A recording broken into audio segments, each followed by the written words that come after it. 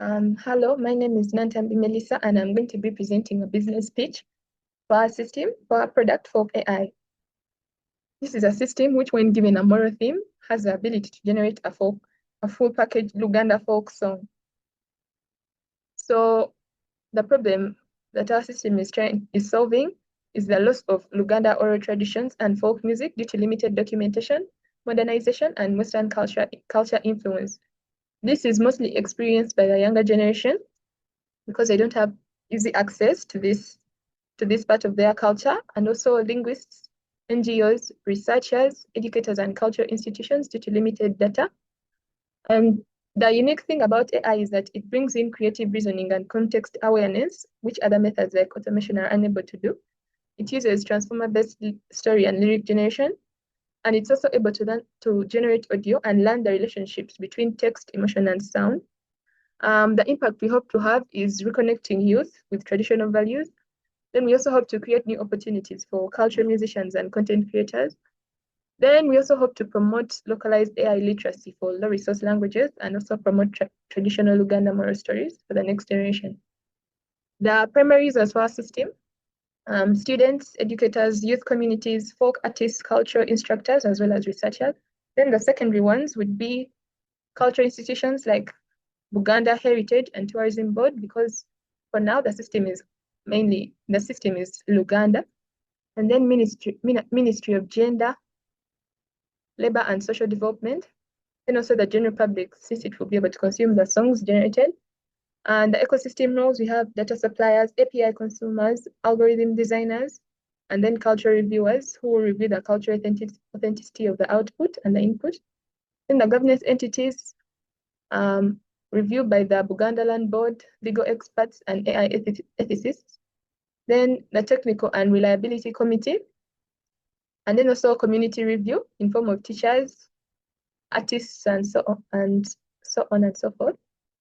So the data sources and value, we had data in form of text, which were folk stories, in form of audio, which were the instrumental folk music recordings, and then also metadata, which were the folk music, which were the labelings of the instruments in the folk music recordings, that were the xylophones, drums, shakers, and then the bowl lyre.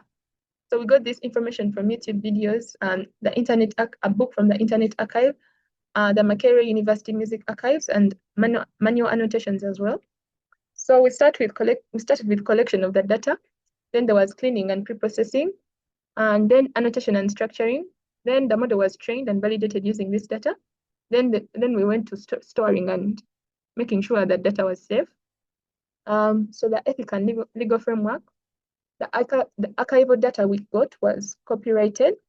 So we used it under permission, and we did not redistribute it, and we kept it in a place of limited access.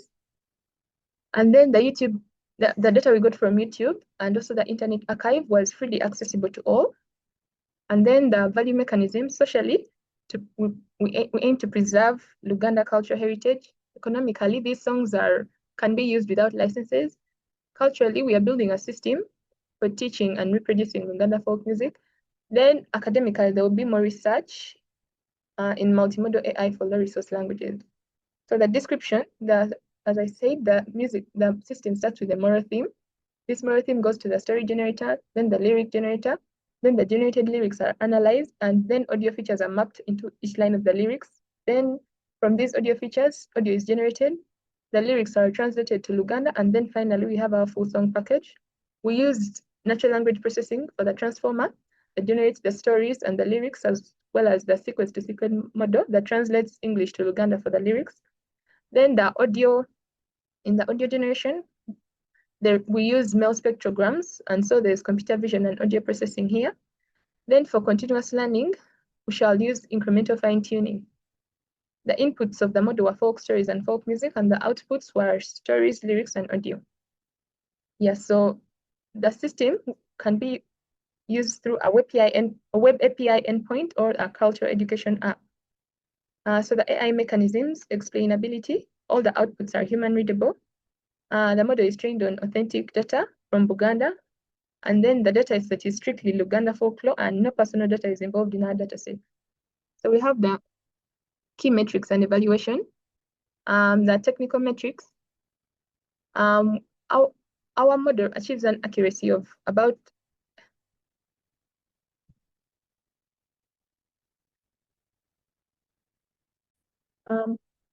we hope that our model achieves an accuracy of about 85%, F1 score of about 0.8, and then the latency should be less than 200 milliseconds per stanza.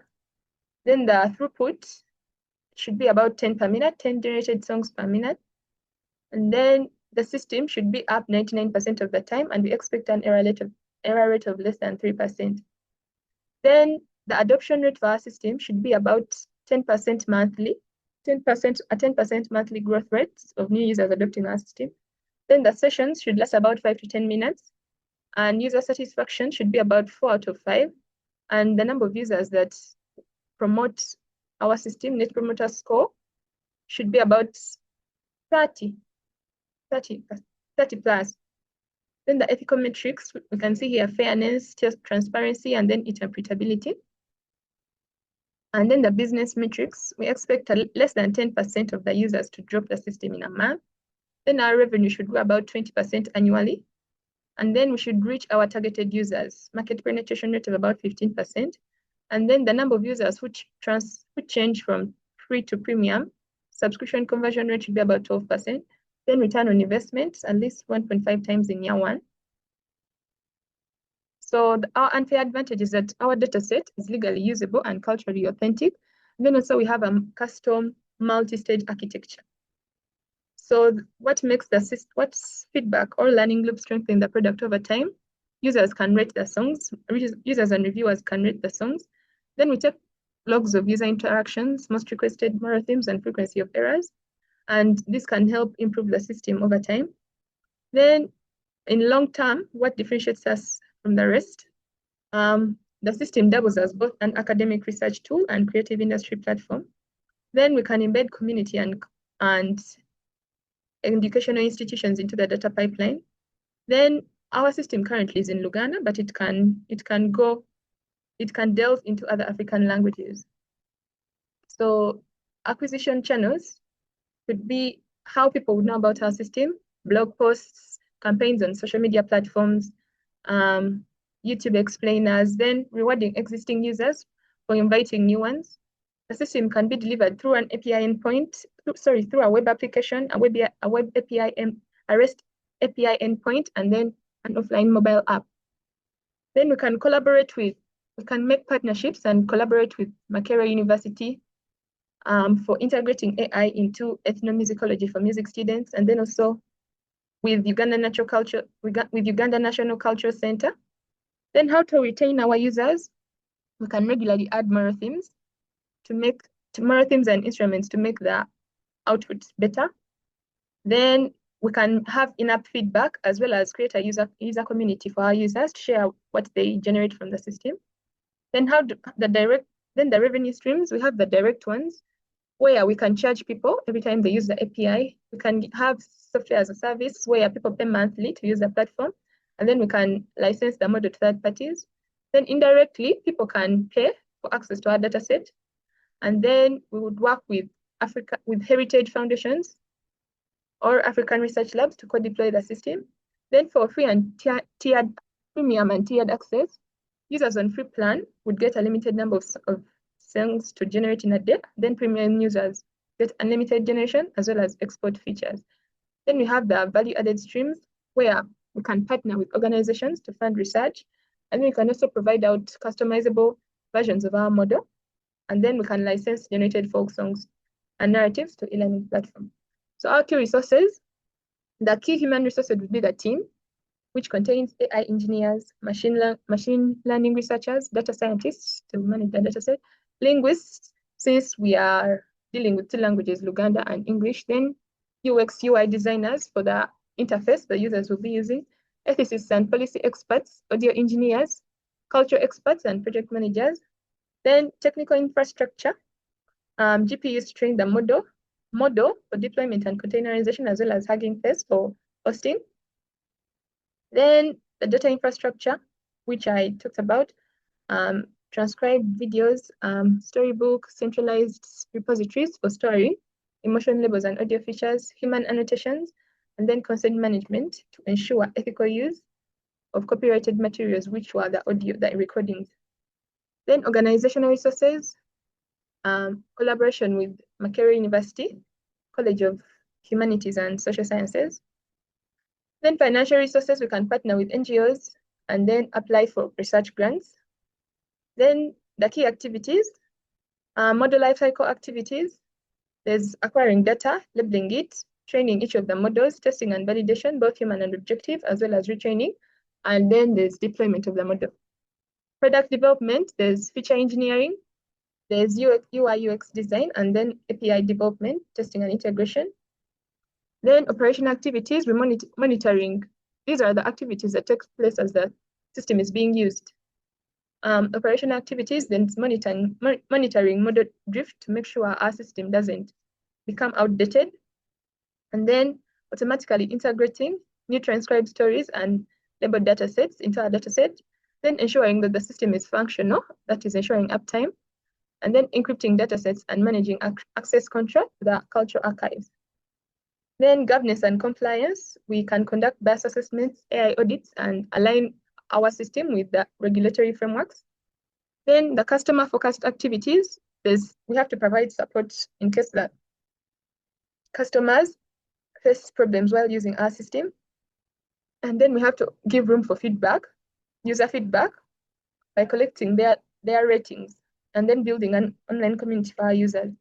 Our key partners, the data partners, which we talked about, Makerere University, Performing Arts and Film, the Internet Archives, and then the technological partners, there's Makerere AI Lab, which you can partner with for research and collaboration.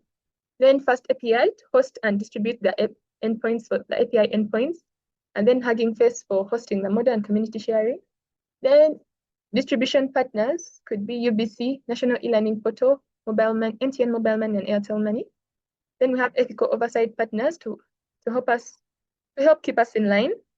The Makerere AI Ethics Committee and the National Council for Science and Technology. Then strategic collaborations to boost the system could be Google for Startups Africa, UNESCO, and African Tech Roundup. And then here we display the cost structure for data cost, human resource costs, compute costs, comply costs, marketing and distribution, as well as maintenance and scaling. And then governance, ethics, and compliance. The governance model would have an oversight by Makerere University AI Research Group, Buganda Cultural Heritage Board, the Data Protection Office to ensure that we're not violating any data protection rights, and then National Council for Science and Technology. And then to ensure fairness and avoid bias, we can carry out a human culture audit for the lyrics and themes. And then transparency mechanisms, we can publish model cards for our data sets, and then document our data sources and collection process. Then we can record updates to the data sets and models, and also the evaluation results. Then the explainability tools, you can see line, sharp, and counterfactual explanations that demonstrates how changing inputs alter outputs. Then the legal frameworks, we adhere to all the data protection laws, as well as the recommendations on ethics of AI. And then accountability, we maintain audit trails, and then human in the loop validation. Then scalability and sustainability, how our system would grow and stay. So we can use microservices so that the systems have the ability to grow independently, so that the models have the ability to grow independently. Then continuous learning would use incremental fine-tuning. Then localization, each model is focused on Buganda, but can be extended as well. Then also we can make our UI, the user interface, to not only be fixed in English, but eventually can also have Luganda, so that it's easily accessible for anyone that would love to use the system. Then financial sustainability, we can attract investors that have culture preservation goals, and then also we can reinvest the revenue we earn. Then environmental responsibility, we can monitor our carbon footprint, and then also use cloud providers that have renewable energy data centers, and then also smaller fine-tuned transformer backbones. Then in terms of resilience, we carry out version control for the models and also the data set, and also continuously carry out monitoring for data corruption, as well as have backups for the models as well as the data sets. Then our intellectual property and innovation, we came up with a function that maps audio features to the lyrics based on the emotions in them. And this links the moral narratives to tone, to melodic contour, eventually coming up with a nice sound for the lyrics. Then we also have a modular multi-thread architecture, story generation, lyric generation, analysis, mapping audios, generating music, translating. Yes, then we have our Luganda cultural corpus of stories and music. Then we have a lightweight deployable model. Then we have our user interface and user experience design, which is our own design. And then culture review. We use humans to evaluate our output, to validate our output. So our systems generation is driven by morals. That's how the whole generation process starts. And it is grounded in African storytelling and moral education. Then it also includes human culture governance loop. Our system has aspects that fall under copyrightable, patentable, as well as protectable. So the data sets and the code are copyrightable. And then we used existing methods to solve a problem that that wasn't obvious, and that's patentable. And then the exact architecture of the system, that's protectable as our trade secret. And these are our team, these are my teammates and the contributions each of us made. And thank you for your time. Thank you for listening to me.